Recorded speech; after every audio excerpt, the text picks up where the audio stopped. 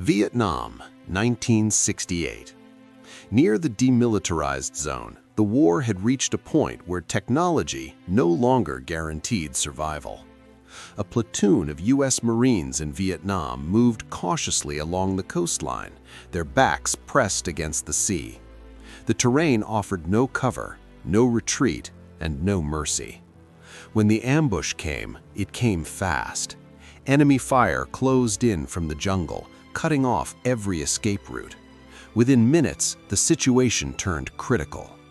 The radio crackled with urgent calls for help. First, they requested air support. None was available. Jets were stretched thin, facing dense air defenses across North Vietnam. Then came the call for ground artillery. Silence. In that moment, the modern machinery of the Vietnam War failed them completely. What remained was desperation, static, and the sound of breathing men waiting for an answer that might never come. Then a voice broke through the radio, calm, controlled, authoritative. "This is the New Jersey." At the horizon, nothing appeared. No aircraft, no helicopters, just open sea. Yet more than 25 miles away, a steel giant was already turning its guns. The USS New Jersey, a battleship from another era, had awakened. By the late 1960s, warfare had changed beyond recognition. The U.S. Navy Vietnam War doctrine revolved around aircraft carriers, missiles, and rapid response air power. Battleships were considered obsolete relics, leftovers from World War II with no place in a guerrilla conflict. But Vietnam was not a conventional war, and modern solutions were proving fragile. American aircraft losses were rising at alarming rates.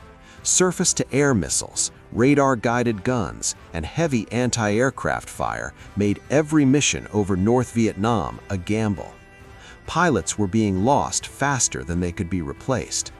The Pentagon needed a solution that could deliver overwhelming firepower without risking air crews. Something reliable, something unstoppable, something immune to weather, terrain, and enemy air defenses. That search led backwards in time. Deep within the Naval Reserve Fleet lay a ship most had written off, the USS New Jersey, a World War II battleship. Massive, expensive, and widely dismissed as a dinosaur. Critics argued that a battleship in Vietnam made no sense. It was too large a target, too costly to operate, too old to matter in the age of missiles. But what the New Jersey carried could not be replicated by any modern platform. Its 9 16-inch guns, known as the Mark VII guns, were unmatched. Each turret housed raw destructive power on a scale no jet, missile, or artillery battery could sustain for hours at a time. Protected by thick armor and supported by redundant systems, the ship could absorb punishment and keep firing. This made it uniquely suited for Vietnam War naval bombardment, especially along the coast and near the DMZ. In April 1968, the decision was made. The USS New Jersey was recommissioned. Almost overnight, the United States brought a World War II battleship back into active service, making it the only operational battleship on Earth. It was a living contradiction, a relic of the past sailing into one of the most complex modern conflicts in history. When the ship arrived on the gun line in September 1968, it changed the rules. Unlike airstrikes, naval gunfire support could be delivered on demand, day or night, regardless of weather. Unlike ground artillery, it was mobile, heavily protected, and capable of firing from beyond the enemy's reach. For the Marines pinned down near the coast, the presence of the USS New Jersey meant survival.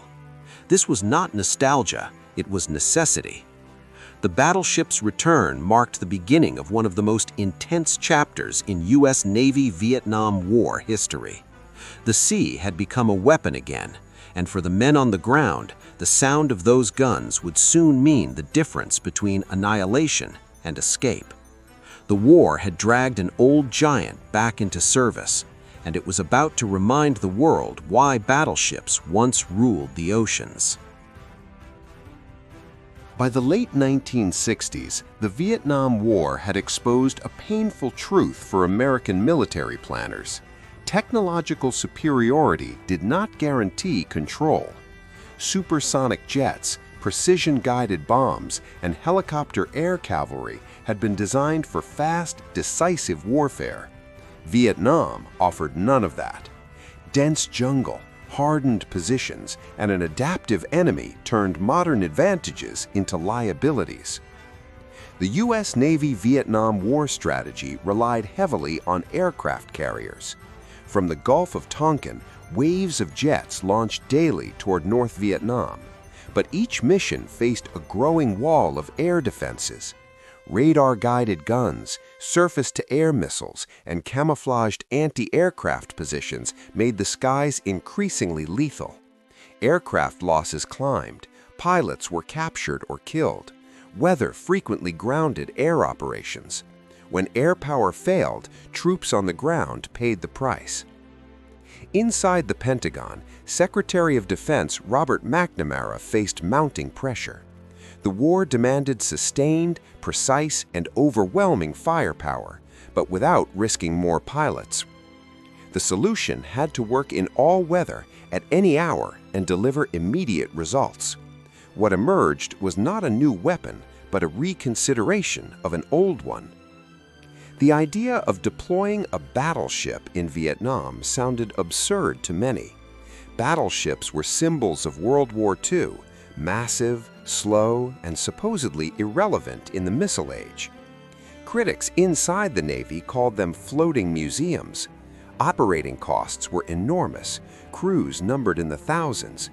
And yet, no modern ship could match their endurance, survivability, or sheer volume of fire. The USS New Jersey stood apart even among battleships. As an Iowa-class ship, it was fast enough to operate with carrier groups, yet armored heavily enough to absorb punishment that would cripple lighter vessels. Its internal systems were redundant, mechanical, and resilient, immune to electronic interference that plagued modern systems. In a conflict where reliability mattered more than elegance, this mattered. Most importantly, the New Jersey carried 9 16-inch guns, the legendary Mark VII guns, capable of delivering sustained naval gunfire support unlike anything else in the American arsenal. Each gun could fire massive shells continuously, hour after hour, without the logistical strain of air operations. Ammunition could be stockpiled on board. Crews could operate around the clock. And unlike jets, the ship did not need to return to base after each mission. Reactivating the USS New Jersey was not nostalgia, it was pragmatism. The Navy understood that Vietnam War naval bombardment offered something air power could not: persistence. Where aircraft delivered brief moments of destruction, the battleship could dominate an area for days. Where airstrikes were vulnerable to weather and defenses, the battleship fired regardless. The modernization process was rapid. The ship's World War II systems were inspected, refurbished, and adapted for a new conflict. While missiles dominated headlines, the New Jersey relied on proven mechanics, steel, powder, and precision engineering. It did not need satellites or digital networks. Its core systems dated back decades, and that was its strength. In April 1968, the USS New Jersey was officially recommissioned. Overnight, the United States had resurrected the last active battleship on Earth. For the first time since the Korean War, a World War II giant was preparing to fight again, not against fleets, but against jungle positions, hardened bunkers, and concealed artillery. When the ship arrived in Southeast Asia later that year, its presence alone altered battlefield calculations. Enemy forces understood coastal geography well. They knew where aircraft could reach and where artillery could not. What they had not accounted for was a battleship firing from beyond the horizon. For U.S. Marines in Vietnam, especially those operating near the DMZ, the USS New Jersey became something entirely new. It was not just a ship, it was a floating artillery base immune to counterfire, a platform that could answer a call for fire within minutes and deliver devastation with unmatched accuracy. The paradox was striking. In an era defined by missiles and jets, it was steel armor and big guns that restored balance. The USS New Jersey did not replace air power, it complemented it. When aircraft were grounded, the battleship fired. When artillery was out of range, the battleship answered. When units were pinned down with no escape, the battleship became their last line of survival. Many called it the most expensive experiment in naval history. Others called it madness, but as the first fire missions were executed and targets disappeared from the map, skepticism faded. Results spoke louder than doctrine. The Vietnam War had forced the United States to confront an uncomfortable reality. Sometimes the future is not the answer. Sometimes survival depends on reviving the past and unleashing it with purpose. The USS New Jersey had not returned to make a statement. It had returned because the war demanded something only it could provide. And soon, the world would be reminded what 16-inch guns were truly capable of. When the USS New Jersey took its position on the gun line in September 1968, it brought with it something the Vietnam War had not yet witnessed at this scale: sustained, overwhelming naval firepower. This was not symbolic presence, it was operational dominance.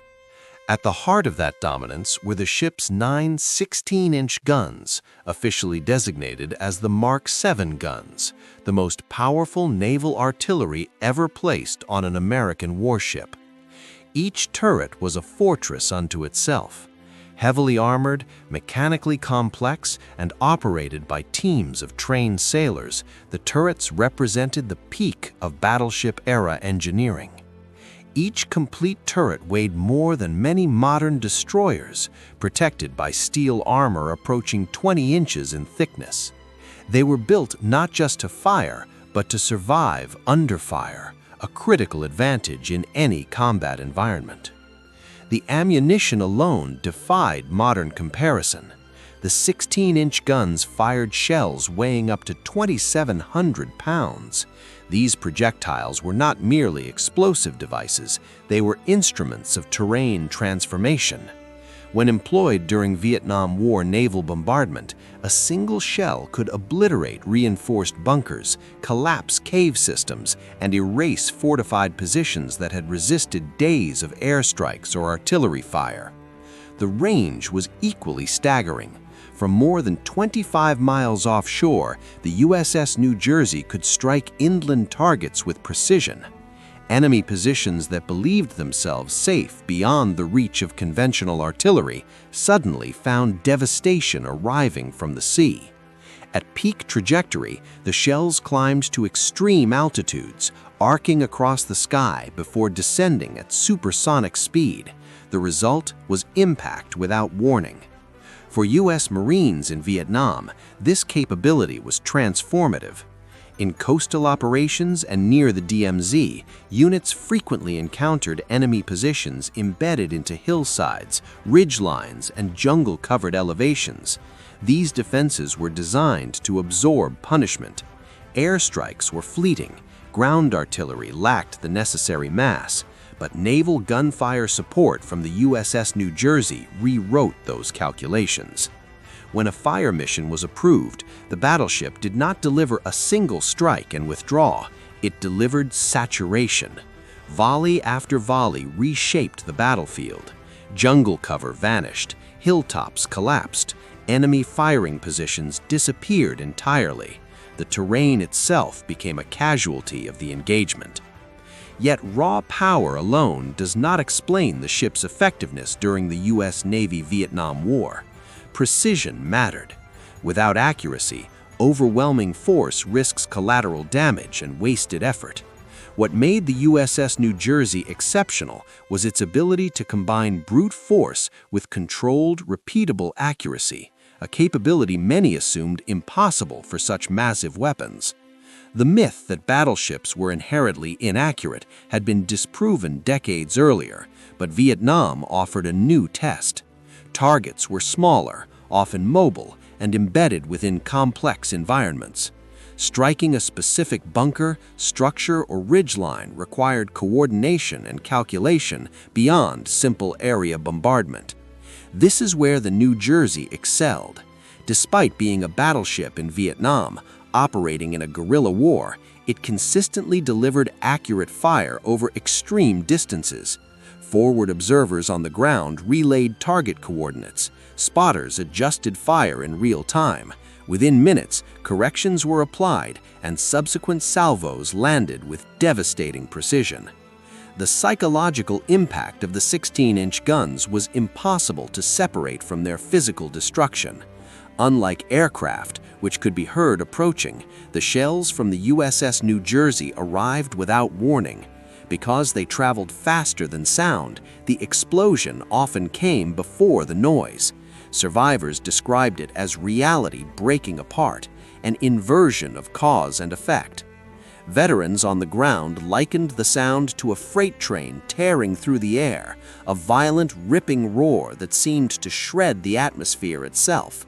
The earth shook, the air compressed. For those within range, it was not merely frightening, it was overwhelming.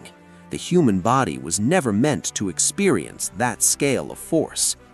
Enemy forces quickly learned to fear the presence of the battleship. Positions abandoned at the mere possibility of incoming fire, movements delayed, morale eroded. In a conflict where psychological resilience mattered as much as numbers, the USS New Jersey exerted pressure far beyond the physical damage it inflicted. This was not indiscriminate destruction. The ship's role during the Vietnam War naval bombardment was controlled, deliberate, and coordinated with ground forces. Requests for fire came when units were pinned down, surrounded, or facing annihilation. In those moments, the battleship's guns became an extension of the Marines themselves. The paradox was unmistakable. In the age of missiles and jets, it was a World War II battleship that delivered some of the most effective support of the entire war. The USS New Jersey proved that technological relevance is not defined by age, but by application. Steel, powder, and precision, combined with human skill, still mattered. And as the war dragged on, the lessons were clear. The era of the battleship may have been fading, but its power had not vanished. In Vietnam, the thunder of 16-inch guns reminded everyone that some weapons do not become obsolete. They wait for the moment they are needed again. Raw power alone does not win wars. In the Vietnam War, firepower without precision often led to wasted ammunition, missed targets, and unintended consequences. For the USS New Jersey, the true miracle was not only the size of its 16-inch guns, but the intelligence that guided them. Hidden deep inside the ship was a system that defied the digital age, an analog brain that made the impossible routine.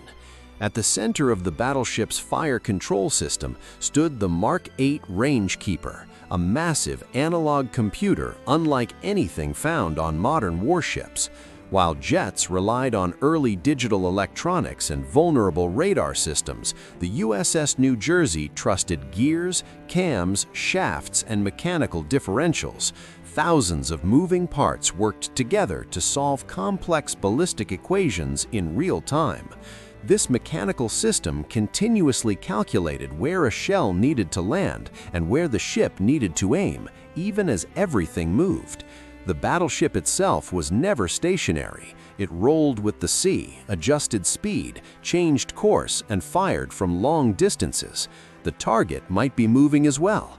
Wind speed, air density, barrel wear, propellant temperature, and atmospheric conditions all influenced the shell's flight. The Mark 8 Rangekeeper accounted for all of it. Even the rotation of the Earth mattered. At extreme ranges, the Coriolis effect could shift a shell's impact point by hundreds of yards. Without compensation, a perfectly aimed shot could still miss. The analog computer corrected for this automatically, long before digital fire control systems became standard. In the context of the U.S. Navy Vietnam War, this precision turned the USS New Jersey into a weapon of surgical destruction. What made this system especially valuable during Vietnam War naval bombardment was its resilience. Electronic interference, power fluctuations, or environmental conditions that disrupted modern systems had little effect on the rangekeeper. It did not rely on satellites, it did not crash, it did not reboot, it simply worked. Precision, however, did not come from machinery alone. The human element was equally critical. Forward observers on the ground, often U.S. Marines in Vietnam, identified targets and relayed coordinates back to the ship. These observers operated under fire, sometimes only hundreds of meters from enemy positions. Their accuracy and calm under pressure determined the effectiveness of each mission. One documented engagement illustrated this deadly partnership. A target, a single fortified structure on a hilltop, was identified more than 20 miles inland. The first round was fired as a calibration shot. Moments later, the observer reported enemy troops entering the structure. Adjustments were requested. The fire control team aboard the USS New Jersey made minute changes, fractions of a degree in elevation and bearing. 90 seconds later, the shell arrived. When the observer radioed back, his voice carried disbelief. The structure was gone. The hilltop itself had ceased to exist. What had once been terrain was now a cratered void. This was not area bombardment, it was controlled annihilation delivered from beyond the horizon. This level of accuracy redefined naval gunfire support in Vietnam. The battleship could reshape terrain on demand. Jungle cover that took years to grow vanished in seconds. Hills used as firing platforms collapsed. Bunkers carved into rock were erased. Enemy units learned quickly that geography no longer guaranteed safety. The psychological consequences were immediate.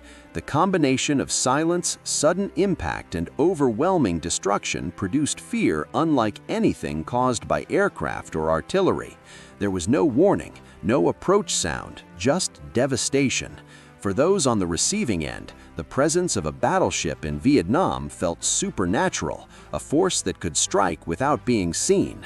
For friendly forces, especially Marines under pressure, the experience was the opposite. Hearing the phrase, "This is the New Jersey" over the radio became synonymous with survival. Within minutes, relief arrived not as reinforcements but as thunder. The ship became a distant guardian, unseen yet omnipresent. The USS New Jersey demonstrated something modern warfare had begun to forget. Reliability matters more than novelty. The analog systems designed decades earlier proved more dependable than many contemporary technologies. In the harsh conditions of the Vietnam conflict, this reliability saved lives. The ship's success challenged assumptions across the military. It showed that effectiveness is not defined by how new a system is, but by how well it performs under pressure. The Mark 8 Rangekeeper and the 16-inch guns formed a partnership of human skill and mechanical precision that no modern weapon could easily replicate.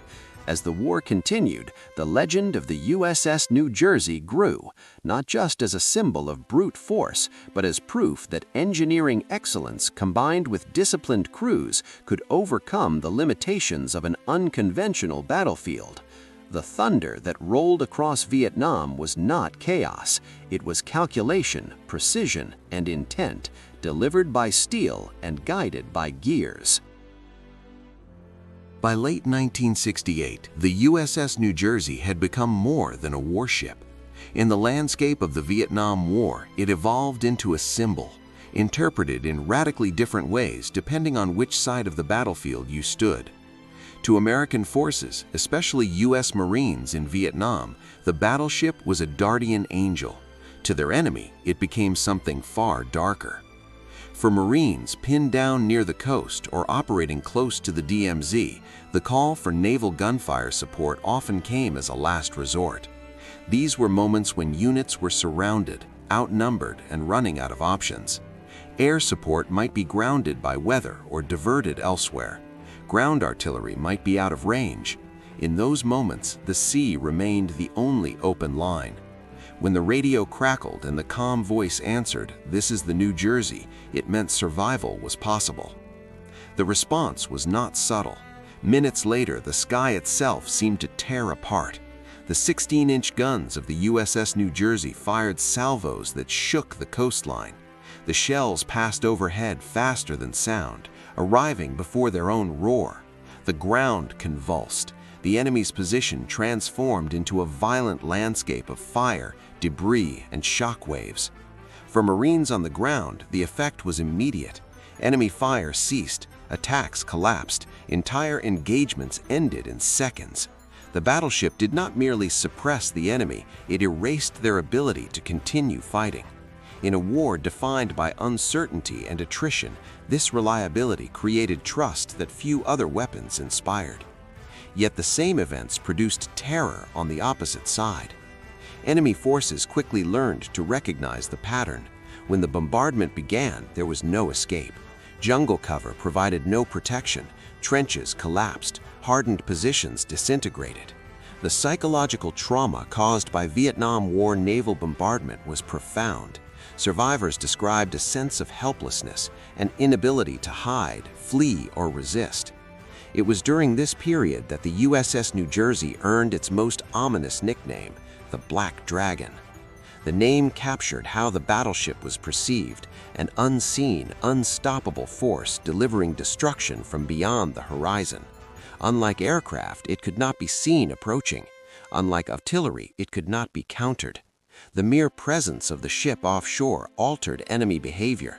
Movements slowed, positions were abandoned, morale deteriorated. The U.S. Navy Vietnam War command structure recognized this psychological leverage and began to exploit it deliberately.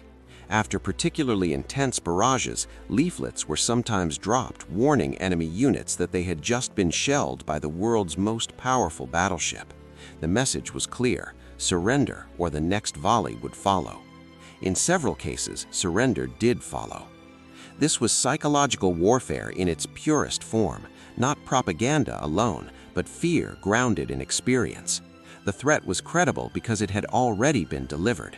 The battleship in Vietnam had demonstrated its power repeatedly, leaving little doubt about what would happen next. What made this impact unique was its dual nature. For one side, the USS New Jersey represented protection, rescue, and relief. For the other, it represented inevitability. This duality amplified its influence far beyond the number of shells fired. It reshaped decision-making on both sides of the conflict. The human dimension of this cannot be overstated. The Vietnam War placed extraordinary psychological strain on everyone involved. For American troops, knowing that overwhelming support was available just offshore provided reassurance in an otherwise unpredictable environment. For the enemy, knowing that destruction could arrive without warning eroded confidence and cohesion. The battleship's presence did not win the war, but at the tactical level it changed outcomes repeatedly. Engagements that might have ended in disaster were reversed. Units that might have been overrun survived. Lives were saved, not abstract numbers, but individuals who walked away because steel and fire arrived at the right moment. As the months passed, the legend of the USS New Jersey grew. Stories spread among Marines, among sailors, among enemy forces. The ship's reputation became a weapon in itself. It required no firing to influence behavior. Its name alone carried weight. In a conflict where perception mattered as much as firepower, the USS New Jersey achieved something rare. It dominated not just the battlefield, but the minds of those who fought upon it. The thunder from the sea was more than sound. It was a promise and a warning. The real story of the USS New Jersey in Vietnam is not only about the firepower it delivered, but the precision with which it applied that power. The 16-inch guns, though capable of causing massive destruction, were not used recklessly. Every shot had to count. Every adjustment was critical. The coordination between the ship's crew and the forward observers on the ground was what made this form of naval gunfire support so effective and at times so terrifying. As the war wore on, the U.S. Marines in Vietnam began to rely more and more on the battleship's firepower, not just for support in moments of dire need, but as a cornerstone of their combat strategy. Unlike air support, which could be grounded by weather or diverted to other high-priority missions, the battleship could remain on station for days, weeks even, without needing to return to base. This endurance allowed the USS New Jersey to become an unshakable presence in key areas. Its role was not simply to rain fire on the enemy, but to shape the battlefield. When Marines were pinned down by entrenched enemy positions, the New Jersey's guns could change the course of battle in moments. Naval gunfire support did more than provide cover. It destroyed the enemy's will to fight. The psychological effect was undeniable. When the rumble of those guns sounded, enemy soldiers knew that their positions were soon to be erased. The precision of the Mark 8 rangekeeper system, combined with the skill of the crew, made each fire mission a finely tuned operation. The ship's fire control team would receive the coordinates from the forward observers and within seconds begin adjusting the guns. The 16-inch guns could fire massive shells with remarkable accuracy over distances of up to 25 miles. These shells did not land at random. Every shot was calculated, refined, and adjusted in real time to hit the target. The technology behind this was remarkable for its time. The Mark 8 rangekeeper was an analog system, a mechanical marvel of gears, levers, and moving parts. Unlike digital systems that might fail under fire, the rangekeeper operated with a kind of reliability that only mechanical systems could provide. This proved invaluable in the jungles and hills of Vietnam, where modern technology often struggled to maintain accuracy. The speed at which the USS New Jersey could deliver fire support was another key to its success. Once a request for fire came in, the battleship was able to respond almost immediately. Within minutes, a shell from the ship could land with devastating effect, reshaping the battlefield in ways that no other force could. This speed of response allowed the USS New Jersey to act as a force multiplier for Marines who often found themselves in life-or-death situations.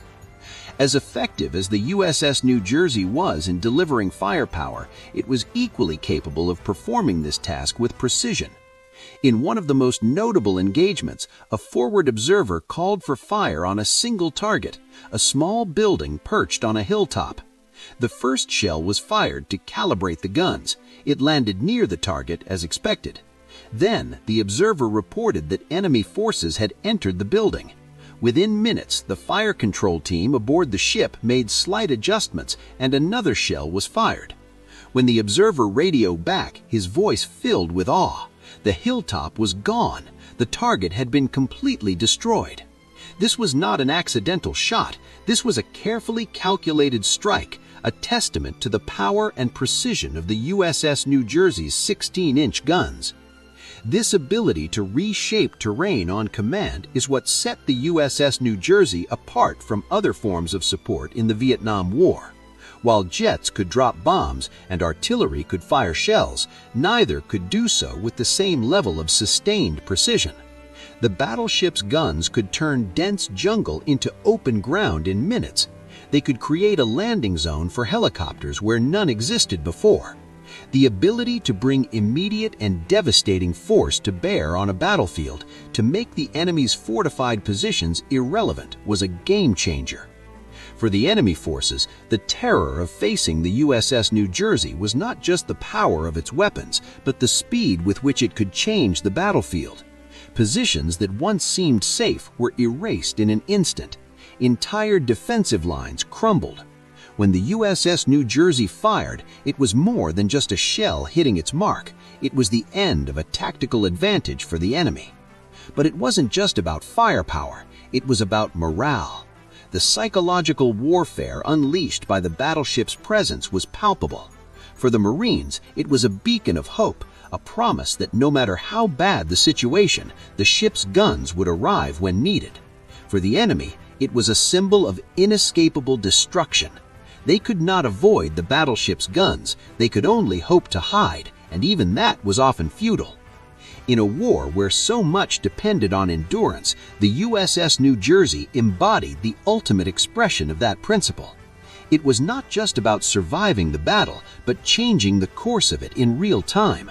The battleship's ability to deliver sustained fire support with devastating accuracy and speed gave the U.S. Marines in Vietnam a critical edge, one that had a direct impact on the outcome of numerous engagements. For many, the USS New Jersey was not just a ship, it was a lifeline, a symbol of American might, and a reminder that no matter how much warfare evolved, there would always be a place for power, precision, and persistence on the battlefield. As the USS New Jersey continued its relentless operations during the Vietnam War, the results on the battlefield were undeniable. Positions vanished, attacks collapsed. U.S. Marines in Vietnam repeatedly credited naval gunfire support with saving lives at critical moments. Yet beneath the thunder of the 16-inch guns, a quieter reality began to shape the ship's fate: cost, strategy, and limits. Operating a battleship in Vietnam was never cheap. The USS New Jersey required a massive crew, constant maintenance, and a steady flow of ammunition. Each fire mission consumed shells that were expensive to manufacture, transport, and store. Fuel consumption was enormous. Logistical support stretched across the Pacific. Every day the ship remained on station represented a significant financial commitment. By late 1968 and early 1969, political pressure in Washington was mounting. The U.S. Navy Vietnam War strategy was evolving, and the Nixon administration sought to reduce defense spending while shifting toward Vietnamization. Large, high-profile platforms came under scrutiny. No matter how effective, the battleship represented an older model of warfare in an era increasingly defined by missiles, submarines, and air power. There were also geographic limits. Vietnam War naval bombardment was devastating, but only where the coastline allowed it. The USS New Jersey could not influence inland operations far from the sea. Mountains, distance, and political considerations restricted where its Mark 7 guns could be used. Strategically, it was a situational weapon, not a universal solution. And yet, in those situations where it could be used, nothing else compared. From September 1968 to April 1969, the USS New Jersey operated at an intensity unmatched in its long career. It fired 5,688 16-inch shells and nearly 15,000 5-inch shells, more ammunition than it had expended during World War II and the Korean War combined. This statistic alone underscored how heavily commanders relied on the ship's firepower. The tempo was relentless. Crews worked around the clock. Turrets fired until barrels wore down and had to be replaced. Fire control teams recalculated endlessly, feeding data into the Mark 8 Rangekeeper with mechanical precision. The battleship was not a relic on display. It was a machine pushed to its limits. Despite its effectiveness, the strategic reality remained unchanged. The presence of the USS New Jersey did not alter the final outcome of the Vietnam War. It could win battles, save units, and dominate local engagements, but it could not resolve the broader political and military stalemate. This distinction became increasingly important as policymakers evaluated its role. Still, focusing only on strategy misses the human dimension. For the Marines who survived because of timely naval gunfire support, the ship's value was immeasurable. These were not abstract calculations. They were moments when lives hung in the balance, when a radio call brought thunder instead of silence. In those moments, the cost of operating the USS New Jersey was irrelevant. The enemy understood this as well. The psychological toll of facing the 16-inch guns accumulated over time. Even when the ship was silent, its presence shaped behavior. Units dispersed, fortifications were abandoned, morale eroded. The battleship exerted influence without firing, a rare quality in warfare. Yet wars are not decided by fear alone. As negotiations progressed and American strategy shifted, the question was no longer whether the USS New Jersey was effective, it was whether it fit the future. The answer, from a budgetary and strategic standpoint, was increasingly no. In December 1969, the decision was made. The USS New Jersey was decommissioned for the second time. The guns fell silent. The thunder over the South China Sea faded into memory. For the men who served aboard her and the U.S. Marines in Vietnam who relied on her, the moment carried weight far beyond paperwork and ceremony. The battleship had done everything asked of it, and more. It had proven that overwhelming, precise firepower still mattered in a modern war. It had challenged assumptions about obsolescence, and it had demonstrated that sometimes the past holds tools the present still needs. But the age of the battleship was ending. Steel and fire had spoken one last time, and history was already moving on. When the USS New Jersey left Vietnam, it did not depart as an obsolete relic. It left as a legend. What began as a controversial decision, bringing a battleship in Vietnam during the Missile Age, ended as one of the most intense and paradoxical chapters in modern naval history. The ship arrived questioned, doubted, and criticized. It departed respected, feared, and remembered. In purely strategic terms, the presence of the USS New Jersey did not change the final outcome of the Vietnam War. No single weapon could. The conflict was shaped by politics, ideology, and limits far beyond the reach of 16-inch guns. Yet to measure the ship's legacy only by strategic outcome is to miss its true impact. On a tactical and human level, its influence was undeniable. The battleship proved that naval gunfire support still had irreplaceable value. In moments when air power failed, when artillery could not reach, and when U.S. Marines in Vietnam faced annihilation, the thunder from the sea made survival possible. The USS New Jersey did not fight abstract wars. It fought for people, units, and moments that would otherwise have been lost. Its success also challenged a fundamental assumption of modern warfare, that newer always means better. The ship's greatest strengths were not digital networks or advanced electronics, but reliability, redundancy, and precision engineering. The Mark 8 Rangekeeper, a fully analog fire control computer, outperformed many newer systems simply because it worked every time under any condition. The 16-inch guns, often dismissed as blunt instruments, proved capable of extraordinary accuracy. Combined with skilled crews and forward observers, they reshaped terrain with intent, not chaos. Hills vanished, jungle cover collapsed, fortified positions ceased to exist. The battlefield itself became fluid under the weight of steel and calculation. Psychologically, the USS New Jersey became something even more powerful than a weapon. To friendly forces, it was reassurance, a distant guardian that could answer any call. To the enemy, it was inevitability. The nickname Black Dragon captured that duality, unseen, unstoppable, and devastating. Fear followed the ship even when it was silent. And yet, history moved forward. The age of the battleship gave way to missiles, submarines, and aircraft carriers. The USS New Jersey would sail again in later decades, but Vietnam remained its most intense proving ground, the moment when the past confronted the present and refused to be dismissed.